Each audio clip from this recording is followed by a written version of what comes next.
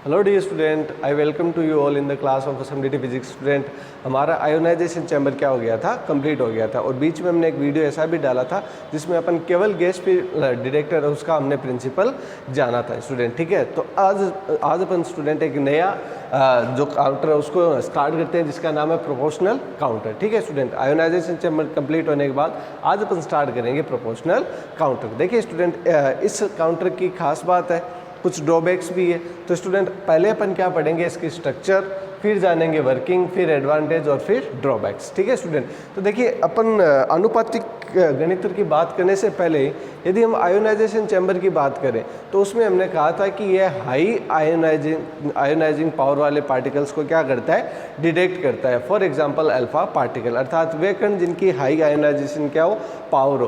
पर स्टूडेंट अब अपन बात करेंगे, मान लीजिए कि अपन को लो आयोनाइजिंग पावर अर्थात जिनकी आयनन की क्षमता बहुत ज़्यादा नहीं हो।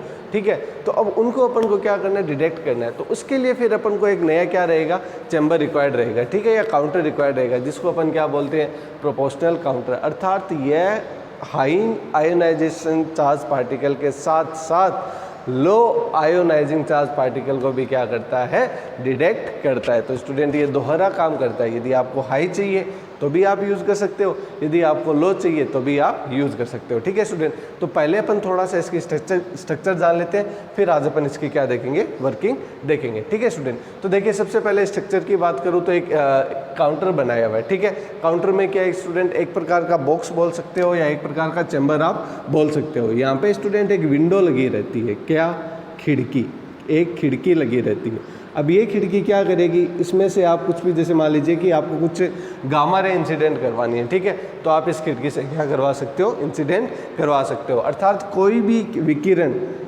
के आपतित होने के लिए, विकिरण के आपतित होने के लिए या आपतन के लिए बोल सकते हैं ना, कि विकिरण इससे आ सके, इसके लिए हमने क्या लगा दिया, एक खिड़की लगा दी। ठीक है, फिर यहाँ पे हमने क्या लगा दिया, एक नली लगा दी। स्टूडेंट क्या लगा दी, एक नली। अब ये नली किसका काम करेगी, गैस के बढ़ने का, गैस के बढ़ने का। जैसे मान लीजिए कि आपने बनाते टाइम तो गैस बढ़ दी, अब वो गैस खत्म हो गई तो वापस बढ़नी हो तो इसके लिए अपन क्या लगा देते हैं, एक नली लगा देते हैं। ठीक है स्टूडेंट, अब यहाँ पे अपन क्या करते हैं, वोल्टेज अप्लाई करते हैं, जो कि क्या होगा, हाई वोल्टेज होगा।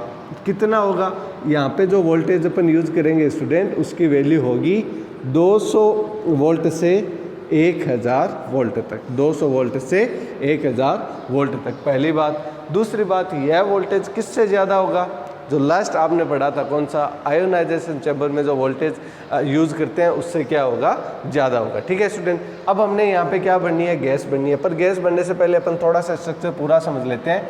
यहाँ पे लगा हुआ है स्टूडेंट प्रतिरोध अर्थात रेजिस्टेंस। ठीक है, और ये एक लगा हुआ है कैपेसिटर, यहाँ पे प्लस माइनस आप समझ पा रहे हो, वोल्टेज के लिए। ठीक है, फर्दर अब अपन बात करते हैं स्टूडेंट, दो तार लगे होते हैं, एक तो बेलनाकार नली, ये जो बाहर से लगी हुई होगी। ठीक है स्टूडेंट, जो बाहर से लगी हुई होगी, ये क्या होगी स्टूडेंट, बेलनाकार नली।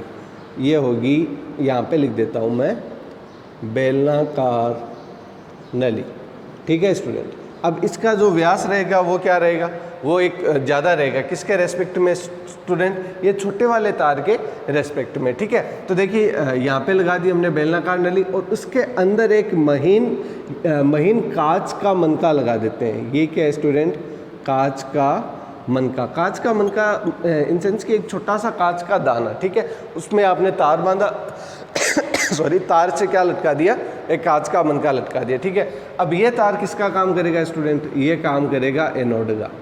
ठीक है, ये जो ऊपर जो आपको दिखाई दे रहा है सिलेंडर के जैसे बेलनाकार नली, ये काम करेगी स्टूडेंट किसकी, कैथोड का। किसका काम करेगा स्टूडेंट, कैथोड का। कैथोड मतलब माइनस, एनोड मतलब प्लस। ठीक है, अब इसमें अपन को क्या बढ़ना है, गैसेस बढ़ना है। ठीक है, पर गैसेस कौन सी भरेंगे, इसमें अपन भरेंगे स्टूडेंट आर्गन और मीथेन। पर रेशियो कितना होगा, रेशियो होगा 9:1, या आप अपन बोल सकते हैं 90% या 10%। दैट मीन्स क्या होगी, 90% तो आर्गन होगी और 10% क्या होगी, मीथेन होगी। मीथेन भी यहाँ पे एक अलग से रोल प्ले करती है स्टूडेंट, जब अपन आगे वर्किंग देखेंगे तब इसके बारे में जानकारी लेंगे। हाँ, इसके अंदर जो अपन प्रेशर रखते हैं, दाब रखते हैं, वो कितना रखते हैं, एक वायुमंडलीय दाब या स्टूडेंट इससे थोड़ा कम, इससे थोड़ा सा कम, थोड़ा सा कम, ये लीजिए बस एक वायुमंडलीय दाब रख सकते हो, या इससे क्या रखना है अपन को थोड़ा, अर्थात एक वायुमंडलीय दाब से प्रेशर ज़्यादा नहीं होना चाहिए। ठीक है स्टूडेंट, तो अपन ने यहाँ तक क्या समझी, स्ट्रक्चर समझी। यहाँ पर भी एक मैं आपको बता दूँ स्टूडेंट, यहाँ पर भी एक कांच का क्या लगा रहता है, मनका, पर ये इसकी साइज़ क्या रहती है, बड़ी रहती है। अब ये क्यों लगाते हैं, ताकि कैथोड और एनोड क्या हो सके, सेपरेट हो सके स्टूडेंट। ठीक है, इसको मैं कांच का मनका नहीं बोल के मैं इसको यह बोल दूँ विद्युत अवरोधक, विद्युत अवरोधक, अर्थात ये स्टूडेंट क्या हो गया, एक प्रकार का कुचालक हो गया।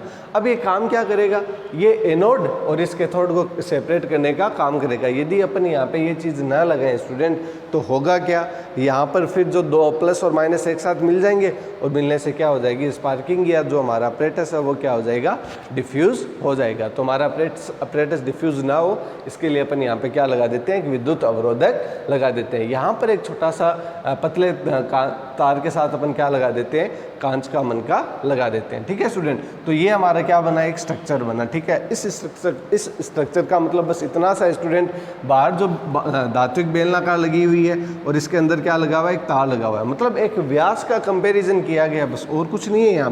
यहाँ पे आप देखोगे तो यहाँ पे व्यास का क्या कंपैरिजन है, ये इसका व्यास कितना है 2b और इसका व्यास कितना है 2a, ए और बी की वैल्यू मेंशन रहेगी। ठीक है स्टूडेंट, अब ये क्यों ज़रूरी है, तो ये जब अपन वर्किंग देखेंगे ना स्टूडेंट, उसमें क्या आएगी, काम आएगी। ठीक है स्टूडेंट, तो स्ट्रक्चर कंप्लीट। अब अपन स्टार्ट करते हैं इसकी वर्किंग में स्टूडेंट क्या होता है कि जैसे ही अपन आर्गन और मेथेन का मिश्रण लेकर इसमें बढ़ते हैं, ठीक है, आर्गन और मेथेन गैस का मिश्रण इसमें भरते हैं और फिर क्या करते हैं अपन, वोल्टेज अप्लाई करते हैं। अब वो वोल्टेज किससे ज़्यादा होना चाहिए स्टूडेंट, वो वोल्टेज जो आयनन कोष्ठ है उससे क्या होना चाहिए, ज़्यादा होना चाहिए। आयनन कोष्ठ में आपने जितना वोल्टेज लगाया है उससे क्या रखना है अपन को, ज़्यादा। ठीक है, हाई वोल्टेज। तो जैसे ही अपन हाई वोल्टेज अप्लाई करते हैं तो देखिए स्टूडेंट, ये अब पहले क्या करवाएंगे, खिड़की से विकिरण इंसिडेंट होगी। ठीक है, गामा रेज। अब गामा रेज क्यों यूज़ करते हैं, क्योंकि ये लो आयोनाइजिंग चार्ज रेडिएशन है, अर्थात ये वो विकिरण जो यहाँ पर आयनन करेगी उसकी क्षमता क्या रखेगी, कम रखेगी। ठीक है स्टूडेंट, तो यहाँ पे जैसे ही विकिरण आई स्टूडेंट, तो यहाँ पे क्या स्टार्ट हुआ, आयनन स्टार्ट हुआ, मतलब इंटरेक्ट करेंगे तो यहाँ पे मान लीजिए कि इसका गैस का कोई एटम है, जैसे मान लीजिए कि ये न्यूक्लियस हो गया, ये बाहर के क्या हो गए, इलेक्ट्रॉन्स हो गए। अब जैसे ही कोई गामा रेज का पार्टिकल टकराएगा तो इस इलेक्ट्रॉन को एनर्जी देकर क्या कर देगा, फ्री कर देगा। तो ये इलेक्ट्रॉन क्या चला जाएगा, बाहर निकल जाएगा, तो ये क्या बन जाएगा, पॉजिटिव बन जाएगा। ठीक है, तो इसका मतलब मैं एक ये कह सकता हूँ कि यहाँ पे कुछ इलेक्ट्रॉन्स और कुछ पॉजिटिव पार्टिकल्स रहेंगे, बस एक समझाने के लिए बता रहा हूँ। ठीक है, अब स्टूडेंट क्या होगा कि ये इलेक्ट्रॉन यहाँ पे आपने क्या अप्लाई कर रखा है, हाई वोल्टेज, कितना, 200 से 2000 वोल्ट तक। अब स्टूडेंट 200 से 1000 वोल्ट तक है ना। अब ये इलेक्ट्रॉन जैसे ही फ्री हुआ तो ये 1000 वोल्ट क्या करेगा, इसको और क्या देगा, एनर्जी देगा। क्या देगा, और एनर्जी देगा। तो एनर्जी देने से क्या होगा, फिर ये कैथोड की तरफ तो अट्रैक्ट होगा, लेकिन जाते टाइम बीच से किससे टक्कर करेगा, वापस जो आपने गैस भर रखी है किससे, आर्गन और मेथेन गैस से टक्कर करेगा। वापस यही इलेक्ट्रॉन क्या कर देगा, आर्गन और मेथेन गैस के जो परमाणु हैं उनको क्या कर देगा स्टूडेंट, वापस आयनित कर देगा। दैट मीन्स ये इलेक्ट्रॉन अब सेकेंडरी इलेक्ट्रॉन को क्या कर देगा, प्रोड्यूस कर देगा। सेकेंडरी इलेक्ट्रॉन्स वो इलेक्ट्रॉन्स होते हैं जो इन इलेक्ट्रॉन की टक्कर जब किससे होती है, इस सक्रिय गैस से पैदा होते हैं। देखिए पहला जो इलेक्ट्रॉन पैदा किया, ध्यान से समझना, वो किसने किया, विकिरणों ने। विकिरण खिड़की में से आई और किसको पैदा कर दिए, इलेक्ट्रॉन को पैदा कर दिए। अब जो दूसरा इलेक्ट्रॉन पैदा कर रहा है वो कौन कर रहा है स्टूडेंट, ये वाला इलेक्ट्रॉन, अर्थात प्राथमिक इलेक्ट्रॉन क्या कर देगा, दूसरा इलेक्ट्रॉन पैदा कर देगा। अर्थात प्राथमिक इलेक्ट्रॉन सेकेंडरी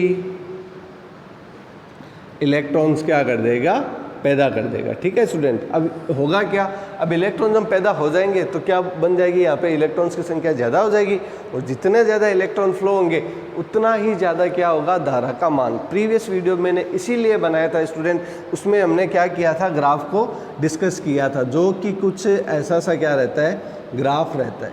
ठीक है, ऐसा ऐसा करके क्या रहता है, ग्राफ रहता है। ठीक है स्टूडेंट, और फिर क्या होता है, ये क्या है, अनुपातिक क्षेत्र, अनुपातिक क्षेत्र स्टूडेंट, वो इसीलिए बताया था ताकि आपको मतलब समझ में आए कि ये ग्राफ जो बढ़ता है, इंक्रीज होता है, वो कैसे होता है, क्यों, क्योंकि सेकेंडरी इलेक्ट्रॉन्स है, प्राइमरी ने क्या कर दिया, सेकेंडरी इलेक्ट्रॉन्स को पैदा कर दिया।